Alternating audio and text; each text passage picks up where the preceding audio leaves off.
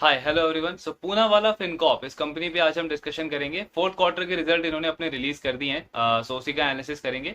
So company का business model अगर हम थोड़ा ब्रीफ में समझें, तो पूनावाला फिनकॉर्प बेसिकली थोड़ी सी अलग एनबीएफसी है, अनलाइक अदर बाकी के एनबीएफसी के कंपैरिजन में, बिकॉज इनका फोकस डिजिटल लैंडिंग के ऊपर बहुत ज्यादा रहता है। कंपनी जो लोन डिसबर्स करती है वो भी मेजरली डिजिटली करती है। प्लस उनको उन कस्टमर से फॉलो अप लेना हो, या बोरोअर की ट्रैकिंग करनी हो रीपेमेंट की, प्लस जो जो वो लोन कलेक्ट करते हैं, जो उनका कलेक्शन का जो पूरा काम है वो भी कैशलेस कलेक्शन है। सो बाकी एनबीएफसी के कंपैरिजन में थोड़ा सा डिफरेंट मॉडल है।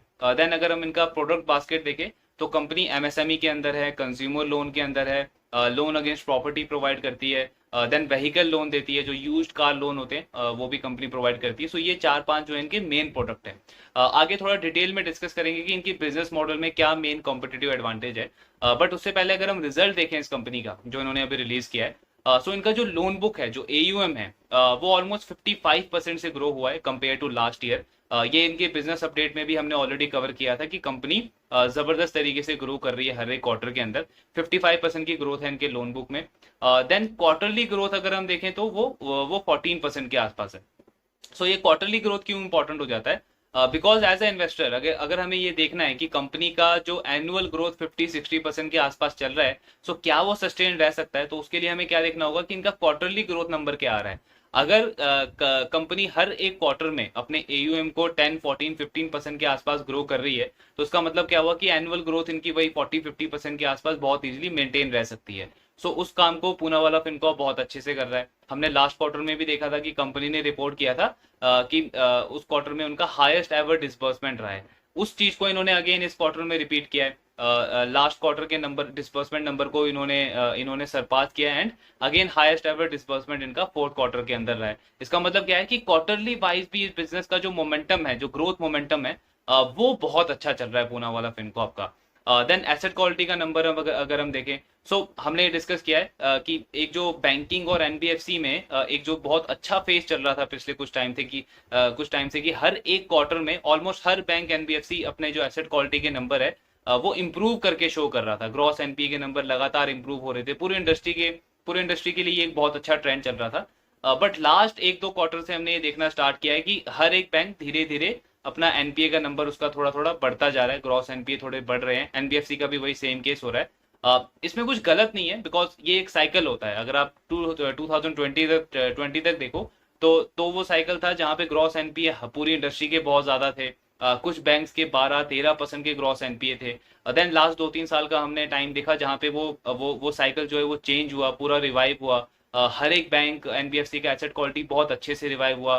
प्रोविजन के नंबर कम हुए, पुराने जो बैड लोन थे उससे रिकवरी अच्छी हुई, एंड उससे क्या हुआ कि उनका जो प्रॉफिट ग्रोथ है वो मल्टीफोल्ड हो गया पिछले 2-3 साल के अंदर। तो वो साइकिल चला, एंड अब हम ये साइकिल देख रहे हैं कि वापस से चेंज हो रहा है। हल्का हल्का ग्रॉस एनपीए धीरे धीरे सबका बढ़ना स्टार्ट हो गया। बट अभी भी ऐसा मैंने कोई कंपनी, कोई बैंक नहीं देखा है कि जिसका ग्रॉस एनपीए बहुत ज्यादा बढ़ गया हो, कि कोई अलार्मिंग साइन हो। ऐसा कुछ नहीं है, जस्ट एक नॉर्मल ट्रेंड है। थोड़े थोड़े एनपीए लेवल सबके बढ़ने स्टार्ट हुए हैं। बट स्टिल अभी भी कुछ ऐसे लेंडर्स आपको मिलेंगे इंडस्ट्री में जिनका वो जो इंप्रूवमेंट वाला ट्रेंड है वो अभी भी कंटिन्यू है। सो एक तो हमने आईडीएफसी फर्स्ट बैंक की बात की थी। सेकंड, आप पूना वाला फिनकॉर्प को भी उस कैटेगरी में रख सकते हो, बिकॉज ये कंपनी भी कंसिस्टेंटली हर एक क्वार्टर में अपने एसेट क्वालिटी के नंबर को इंप्रूव करती चली जा रही है। सो इनका जो ग्रॉस एनपीए का नंबर है वो लास्ट क्वार्टर में ऑलरेडी इंप्रूव हुआ था, इस क्वार्टर में और इंप्रूव हुआ है। 1.16% पे आ गया इनका ग्रॉस एनपीए का नंबर। सो मतलब 17 बेसिस पॉइंट की इंप्रूवमेंट हुई है कंपेयर टू लास्ट क्वार्टर। तो इसमें इंप्रूवमेंट वाला जो फेस है इस कंपनी के लिए वो कंटिन्यू है। देन अगर आप नेट प्रॉफिट का नंबर देखोगे तो वो भी इनका 84% से ग्रो हुआ है on a Y O Y basis. तो लोन बुक की ग्रोथ है 55%, प्लस जो नेट प्रॉफिट की ग्रोथ है वो है 84%। इसका मतलब क्या है कि कंपनी को काफी अच्छा ऑपरेटिंग लेवरेज मिल रहा है। एंड ये क्यों मिल रहा है, इतना अच्छा ऑपरेटिंग लेवरेज क्यों मिल पा रहा है इस कंपनी को? तो उसका बहुत इंपॉर्टेंट रीजन है इस कंपनी का बिजनेस मॉडल। सो पूना वाला फिनकॉर्प ने मैग्मा फिनकॉर्प को एक्वायर किया था। वी ऑल नो 2021 में इन्होंने एक्विजिशन करी थी। एंड मैग्मा फिनकॉर्प जो था वो एक टिपिकल एनबीएफसी मॉडल था। मतलब फिजिकल लैंडिंग होती थी, उनकी सोर्सिंग भी फिजिकली होती थी। अंडर राइटिंग करना हो या वेरिफिकेशन करना हो बोरोवर का, ये सारा कुछ उनका फिजिकली चलता था। कलेक्शन करना हो आपको, तो ग्राउंड लेवल पे वी ऑल नो जो माइक्रो फाइनेंस एनबीएफसीज होती है, उनको बहुत ज़्यादा ट्रैकिंग करनी पड़ती है अपने बोरोअर्स की, कॉन्स्टेंटली उनसे उनसे मीटिंग करनी पड़ती है कि उनकी इनकम पे कोई इम्पैक्ट तो नहीं पड़ रहा, सो दैट उनको रीपेमेंट में तो कोई प्रॉब्लम नहीं आ सकती है। सो ये सारी चीज़ें आपको करनी पड़ती है, जिसकी वजह से वो जो मॉडल था वो हाई कॉस्ट मॉडल था उनका। अगर आप एम्प्लॉय बेस देखोगे तो 5,500 के आसपास टोटल एम्प्लॉयज थे। नंबर ऑफ ब्रांचेस भी आपको ज्यादा रखने पड़ेंगे ऑब्वियसली, सो उनका जो ब्रांच बेस था वो भी अराउंड 255 के आसपास था। नाउ जब पूना वाला फिनकॉप ने उस कंपनी को एक्वायर किया, सो वहां से अगर आप 2-3 साल का ये टाइम देखोगे तो पूरा बिजनेस मॉडल इन्होंने ट्रांसफॉर्म कर दिया है। ऑलमोस्ट 5,500 का जो एम्प्लॉय बेस था उसको पूना वाला ने कम करके 2,400 के आसपास कर दिया है। सो एम्प्लॉय बेस बहुत ज्यादा कम हो गया। प्लस जो ब्रांचेस उनके 255 थे, सो पूना वाला कितने पे ऑपरेट करता है, 102 ब्रांचेस पे। मतलब दोनों ही नंबर में एक बहुत ही सिग्निफिकेंट रिडक्शन किया इस कंपनी ने। एंड उसको इन्होंने कहाँ पे यूज किया, टेक्नोलॉजी पे यूज किया, डिजिटल पे यूज किया, ऐप पे यूज किया, वेब पे यूज किया, अंडर राइटिंग इन्होंने ऑनलाइन स्टार्ट करी, वेरिफिकेशन वगैरह, ये सारी चीजें इन चीजों पे इन्होंने इन्वेस्ट किया जिससे बिजनेस जो है वो स्केलेबल हो जाए।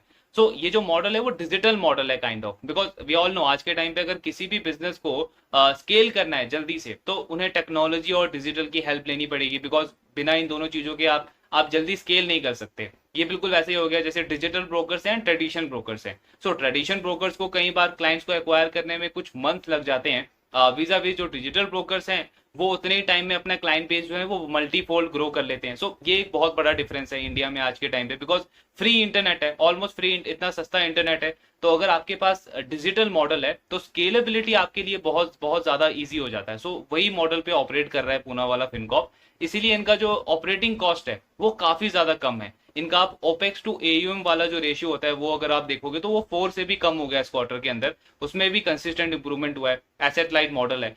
प्लस एक और एडवांटेज है कंपनी को कि इनका इनका जो कॉस्ट ऑफ बोरोइंग है वो भी बहुत कम है। सो पूना वाला का जो कॉस्ट ऑफ बोरोइंग है वो 8.17% के आसपास है, एंड वो भी अभी बढ़ा है लास्ट 2-3 क्वार्टर से। अदरवाइज इनका कॉस्ट ऑफ बोरोइंग स्टेबल ही रहता है 8% के आसपास।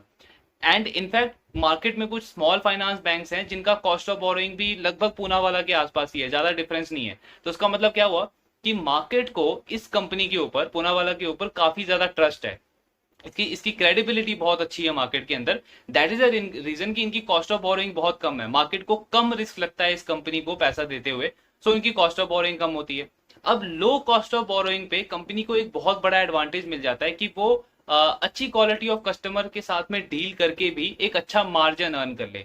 बिकॉज पूना वाला फिनकॉप का अगर आप क्वालिटी ऑफ कस्टमर देखोगे तो वो कोई low income group of customer के साथ में डील नहीं करते हैं।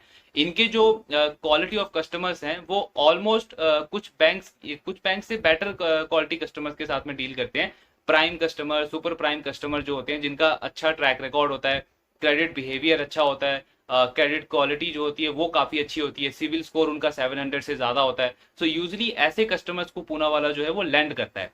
अब उन कस्टमर को लैंड करने में सबसे बड़ा एडवांटेज क्या हुआ कि आपका जो क्रेडिट कॉस्ट है वो कम हो जाएगा, यानी कि जो लोन लॉस होगा आपका लोन देने के बाद, जो जो परसेंटेज ऑफ लोन है जिसको आप रिकवरी नहीं कर पाए कभी, वो बहुत कम होगा इस कंपनी के लिए। दैट इज द रीजन कि इनके एनपीए भी कम होते हैं, बिकॉज क्रेडिट टेस्टेड कस्टमर्स के साथ में कंपनी डील करती है, न्यू टू क्रेडिट कस्टमर्स के साथ में कंपनी डील नहीं करती है। तो ये एक बहुत बड़ा एडवांटेज मिलता है। एंड उन कस्टमर्स के साथ में डील करके भी इनका जो मार्जिन है, जो निम है, वो बहुत हेल्दी है। 11.06% के आसपास का निम है इस कंपनी का।